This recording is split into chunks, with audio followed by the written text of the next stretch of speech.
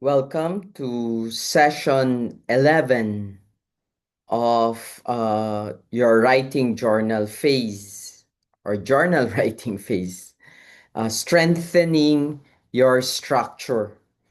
In this session, we focus on refining and perfecting the structure of your journal article. Whether your work needs a major overhaul or simply some fine tuning, this session provides the tools to elevate your article's macro structure. Everything you've worked on is what we will look at here in this session. Let me bring out my text first, lecture. Uh, and uh, and here you see why it's very important to focus on revising uh, the structure of your paper. And as I said, now we're looking at the macro structure, not the micro structure. There.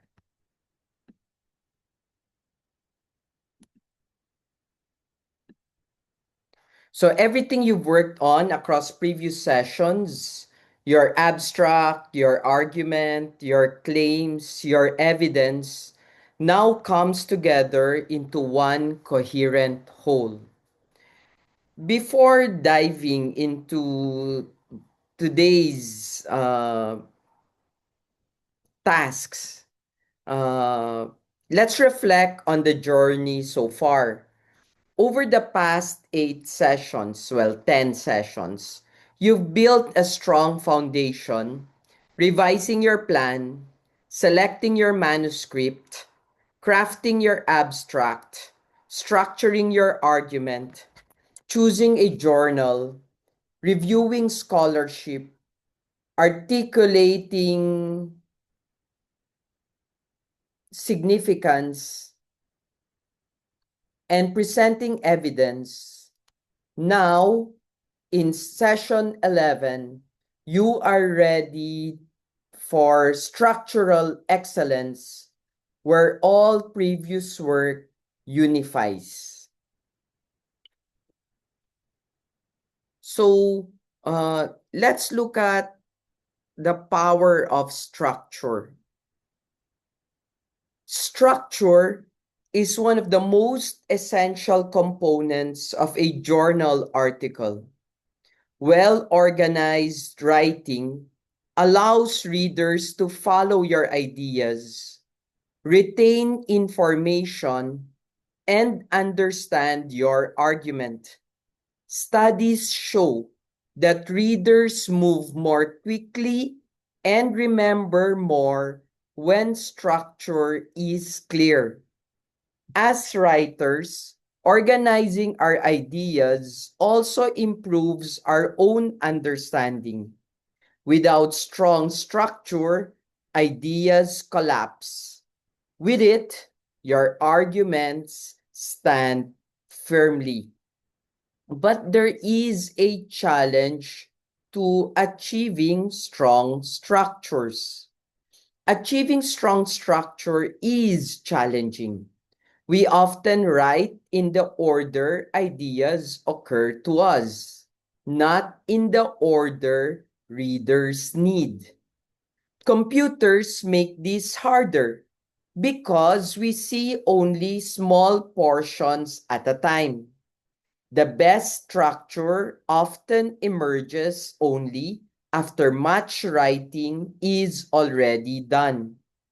As Gordon Harvey advises, repeating key concepts at section transitions helps readers understand how parts fit together.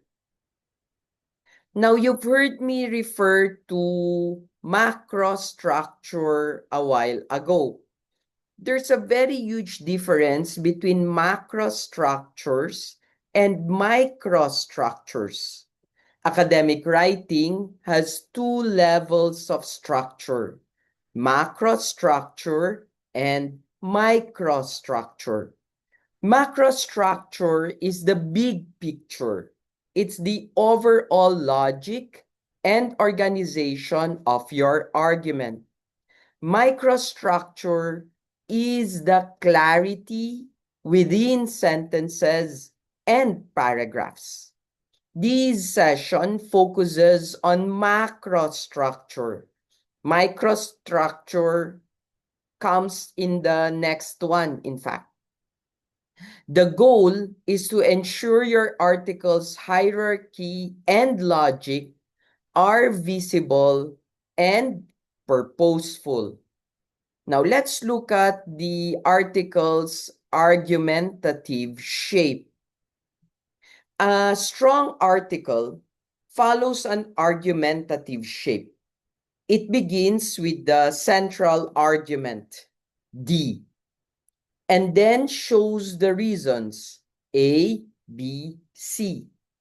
This differs from inductive writing, which leads readers through A, B, and C before revealing D. Academic readers want to know your destination early so they can follow your reasoning. Here we see a common structural error. Grass versus trees. A common mistake is focusing too much on wording and sentence level details while ignoring the larger structure. Good writers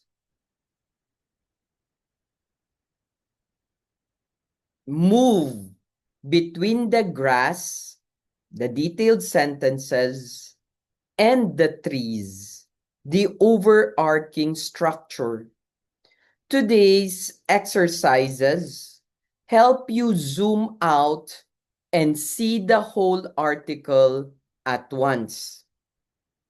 There are technically 5 basic organizational structures in a journal article. All texts draw from 5 basic organizational structures: description, sequence, causation, problem solution, and comparison. Descriptive or sequential structures alone are insufficient for publication. And I'll repeat that. Descriptive and sequential, the first two alone, are not enough for publication. And there you see a critical insight, an important insight, in fact, which basically says that articles that rely only on descriptive or sequential structure cannot be published or cannot even pass as a thesis or dissertation. They lack argument. Review your draft to ensure your overall structure reflects causation, problem solution, or comparison, and not just narration. Reader knowledge-oriented order. One key principle is to meet readers where they are. There's even a journal rule that says, write for your readers. Structure your articles so it moves from what readers already understand to what they do not. This is how you guide them through increasingly complex or contested ideas. There are 7 ordering principles. To build effective structure, follow 7 ordering principles. Start with familiar before unfamiliar, simple before complex, accepted before contested, general before specific, few before many, past before present, and use spatial progression when appropriate. These patterns support reader comprehension. Another interesting format is Hayot's uneven U theory. Eric Hayot describes how academic prose flows in an uneven U, starting with abstraction, descending into details, and returning to abstraction. This movement occurs both within paragraphs and across entire articles. Check your paragraphs. Do they begin and end abstractly with detail in the middle? Here we need to distinguish opening sentences versus topic sentences. Academic paragraphs rarely use traditional topic sentences. Instead, they open with sentences that make structural and argumentative promises. Strong paragraphs often begin with interpretation rather than evidence, setting the conceptual frame for what follows. Here we also recognize what we call structure signals. Readers need clear signals of structure, subheadings, summaries, transitions, and strategic questions. These help readers follow your logic and help you stay organized. Even if stylistically inelegant, strong signals are invaluable during peer review processes. Now, there are certain essential structure signals. Use for primary signals.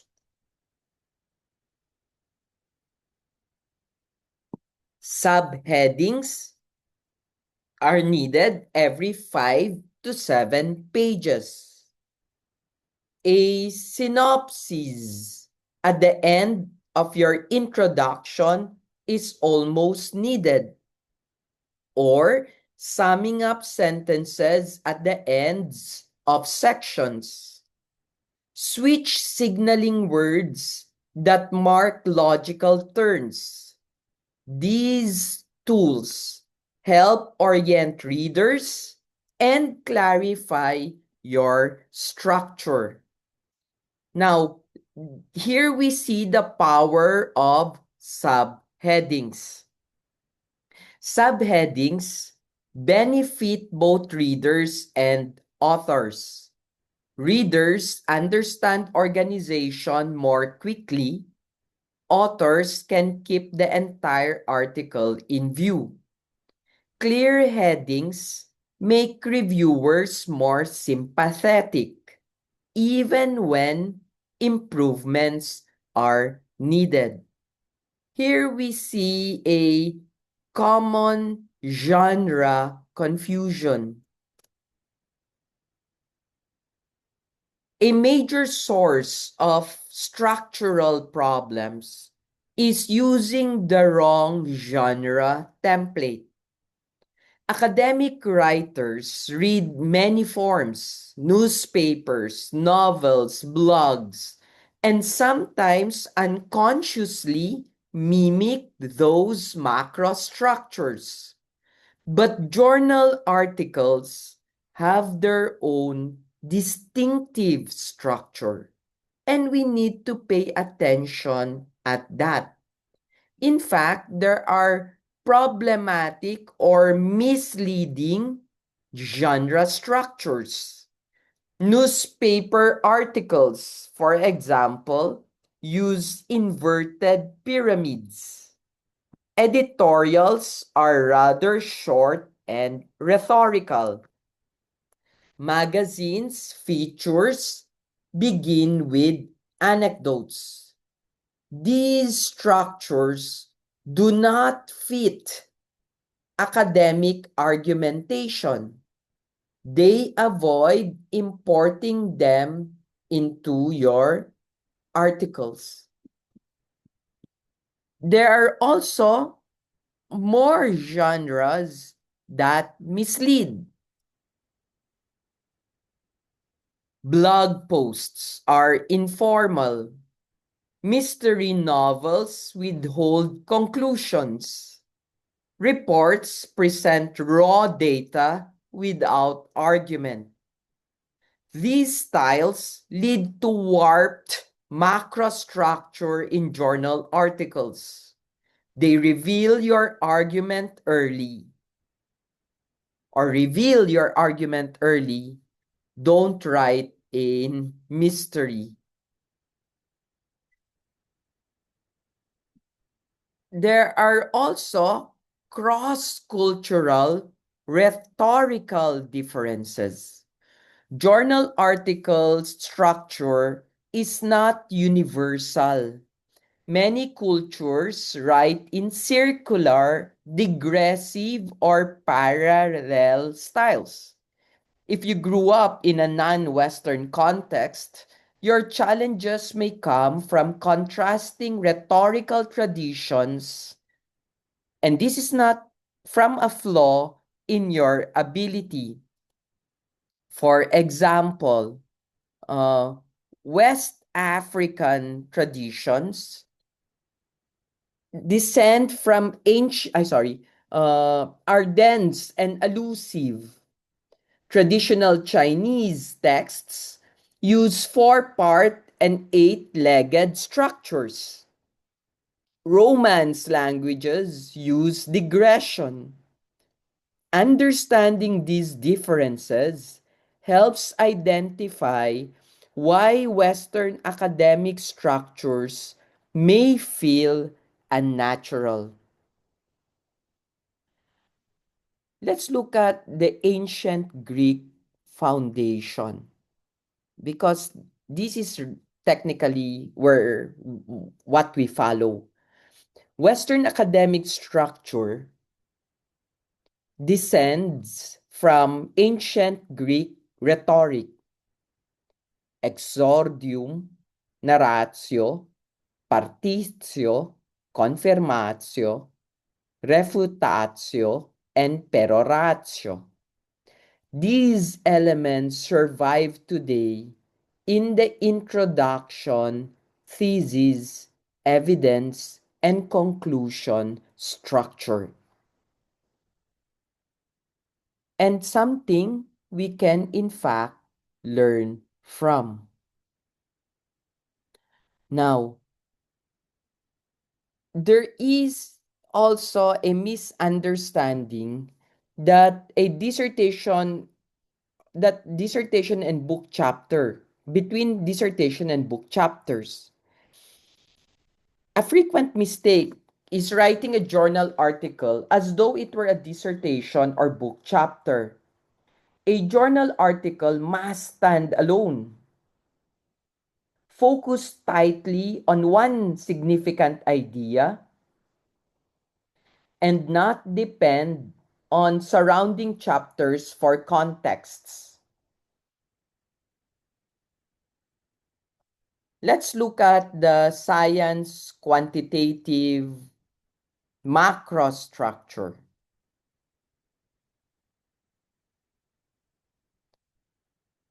Quantitative and experimental fields often use the IMRAD: introduction, methods, results, and discussion.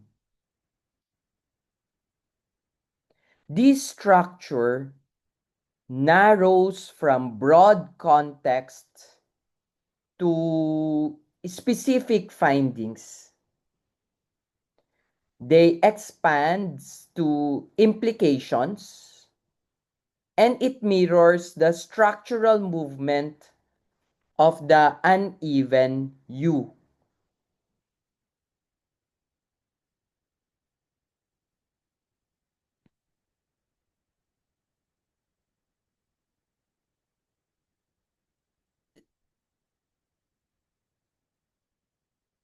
IMRAD includes one, introduction, general to specific, literature gaps, hypotheses. Methods include procedures, materials, setting, and sample. Results includes findings with tables and graphs. Discussion includes interpretation, validity, and implications. Some disciplines modify these sections as needed.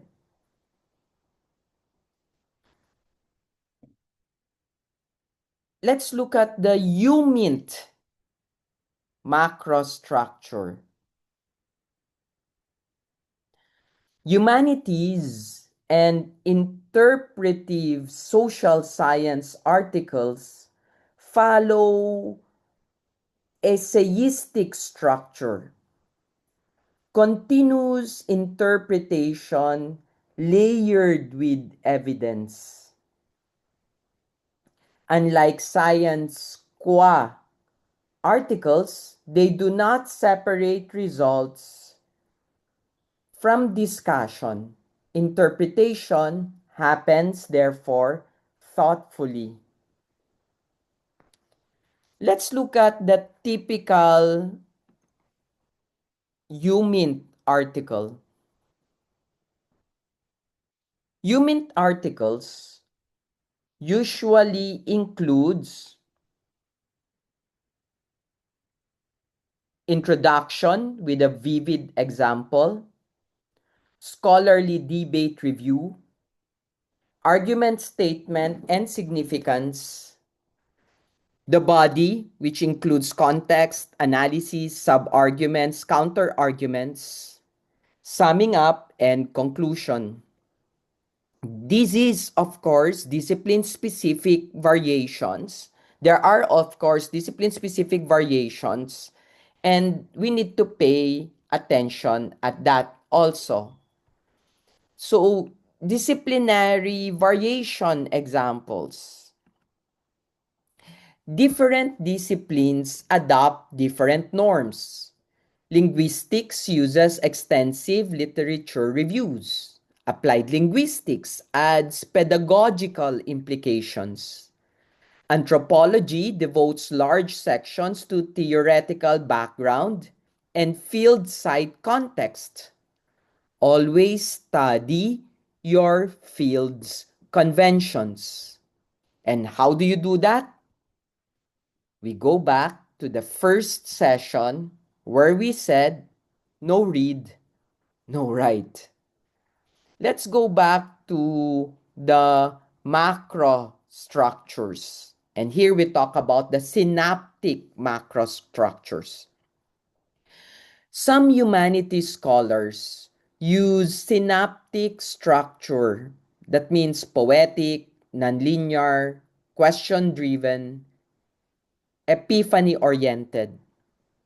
These articles emphasize discovery and intuition over rigid argumentation. Arguments becomes a kind of plot.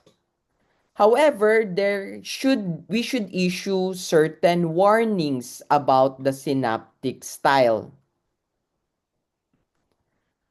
Some humanities scholars use synaptic structure, but synaptic articles can be difficult for readers and can be hard to publish. If using this style provide clear introductions and structural anchors, high theory appeals to some, but most published work is more conventionally structured, in fact.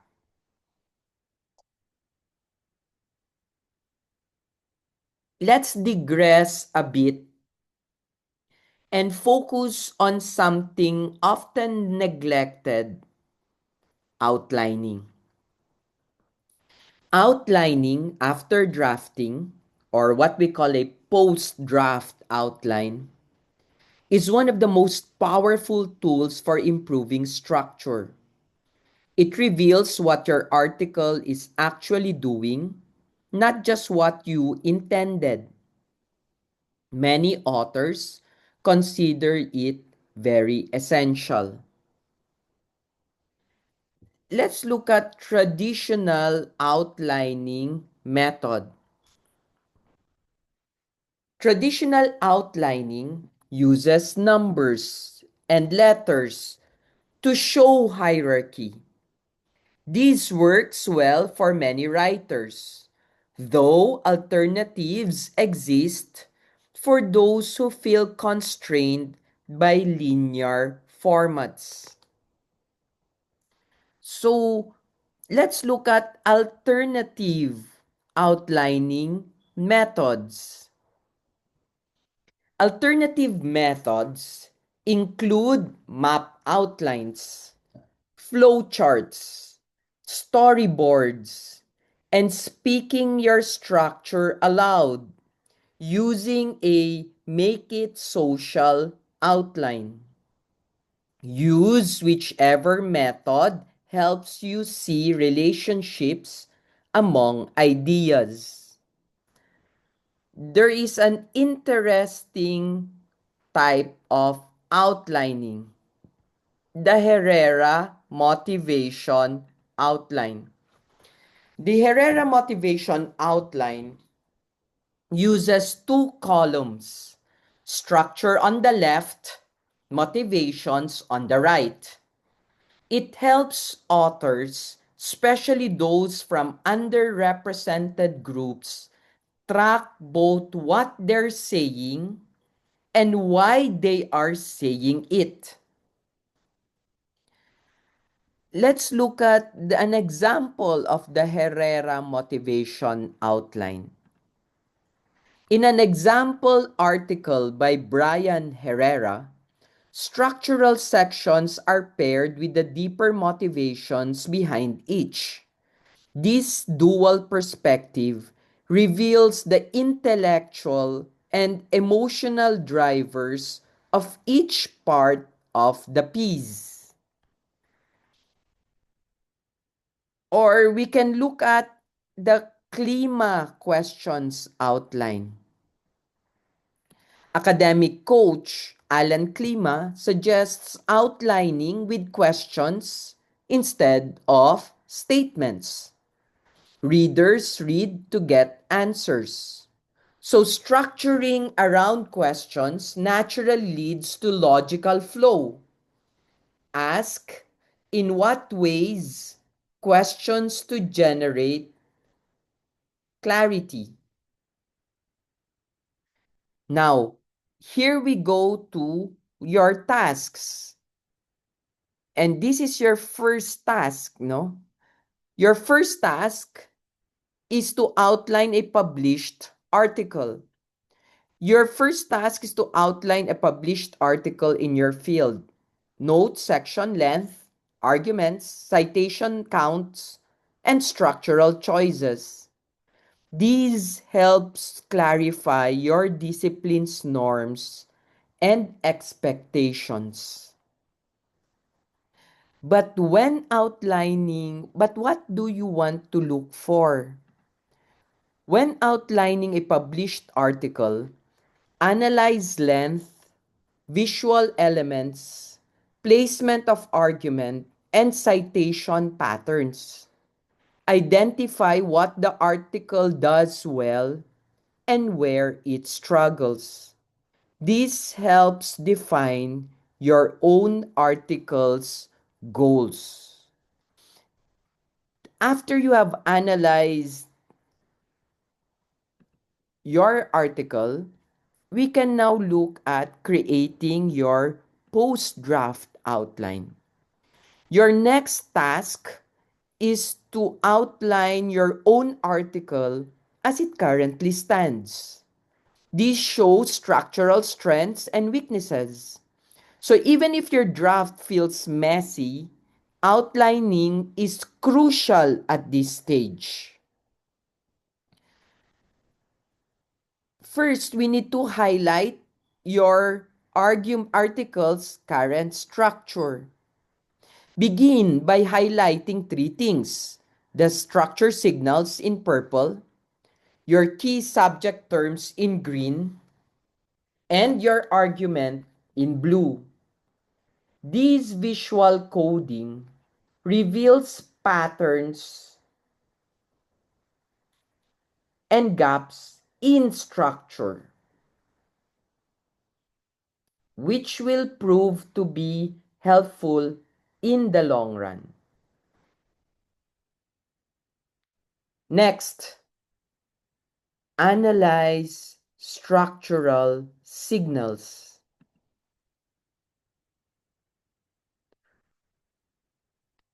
Examine your article visually. Check subheading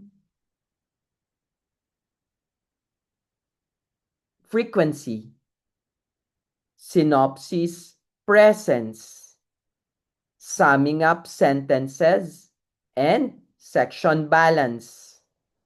Check also uneven or missing elements because they indicate structural issues. So analyze structural signals. Step 2, analyze subject terms.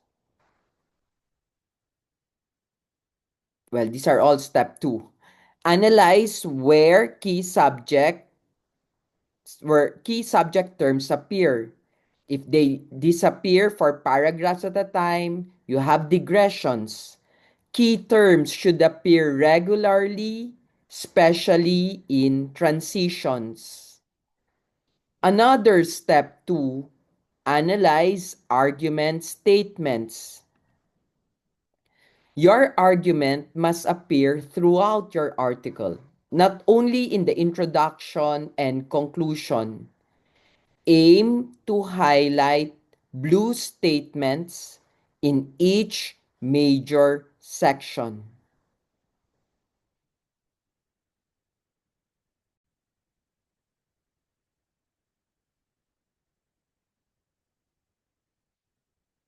Other critical structure issues. Watch for discovery structure, mystery endings, and repetition. Organize by theme, not by the order you discovered evidence. Remove redundancy and answer all questions you raise. Now, there are more issues here.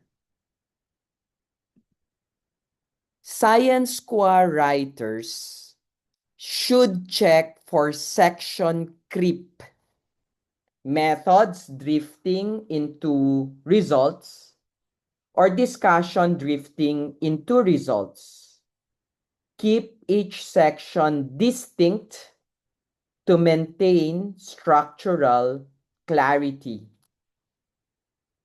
Now, let's look at your step 3. Remember, Those were a series of step twos. Now outline your article as it currently exists. Even if it feels messy, finish the outline. Skipping this step hides problems you need to see in the long run. Step 4. Identifying your article's ideal structure. Next, outline the structure your article should have.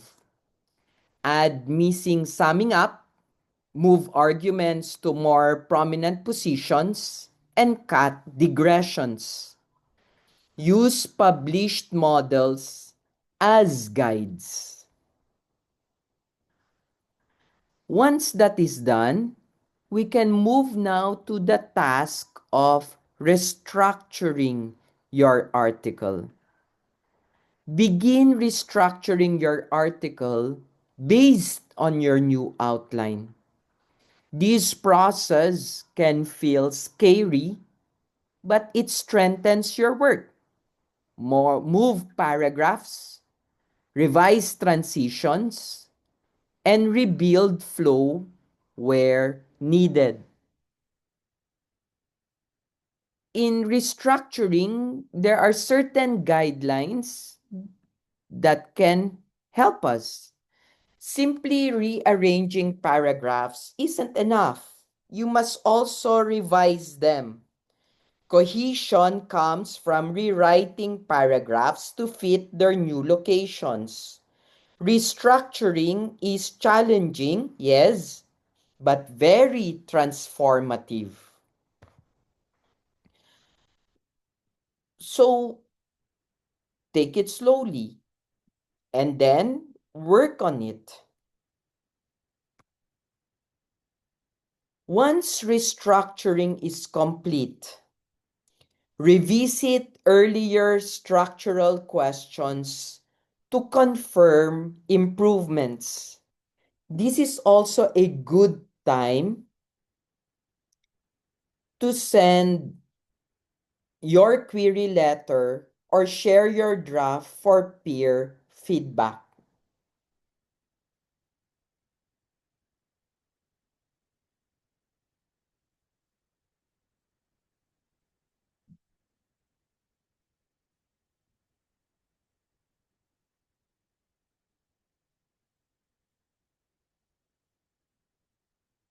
The value of sharing.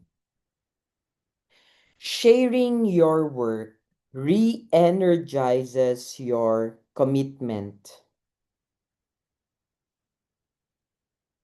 Feedback reveals strengths you may have overlooked and helps you see the work with fresh eyes.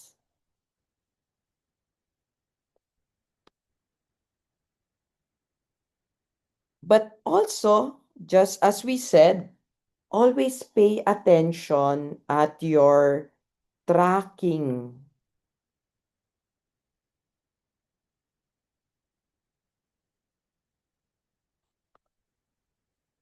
your writing time. Tracking your writing time is very important in developing the habit of writing.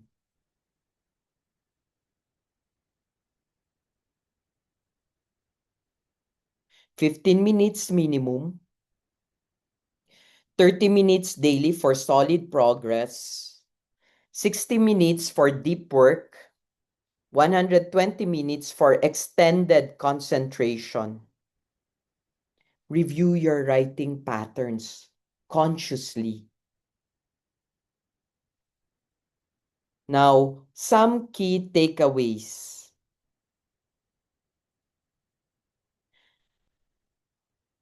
Structure fundamentals. Strong structure is your article's skeleton. Macrostructure and microstructure both matter. Use structure signals to guide readers and maintain coherence.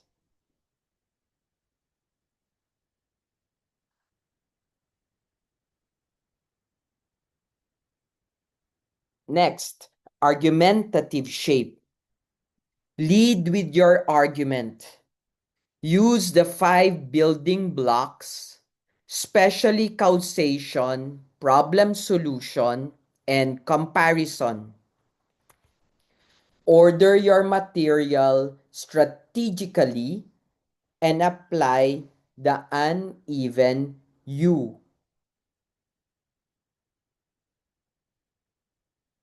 Next, takeaways on genre and discipline.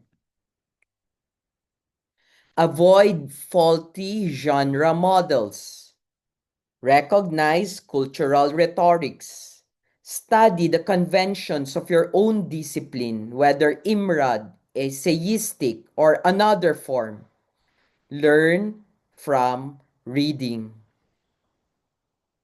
Next, outlining power. Post-draft outlining is one of the most valuable structural tools. Try alternative methods if needed. Use color coding to reveal structural patterns and issues. Next, common problems.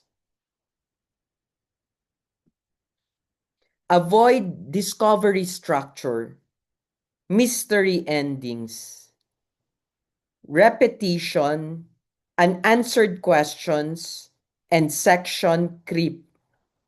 These common issues weaken structure and clarity.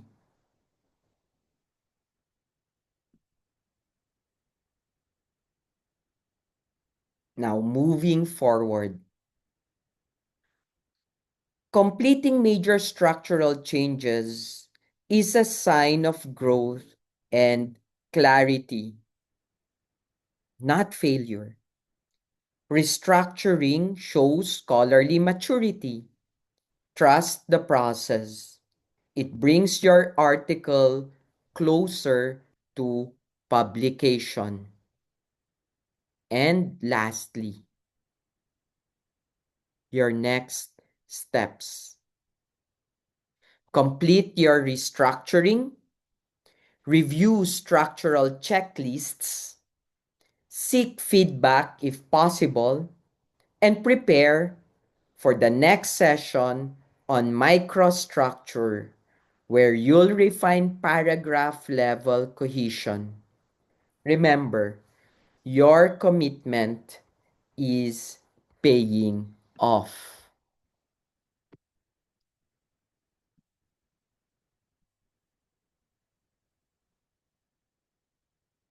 Writing is a habit, and we need to push ourselves to write well. I wish you well. Thank you very much for listening.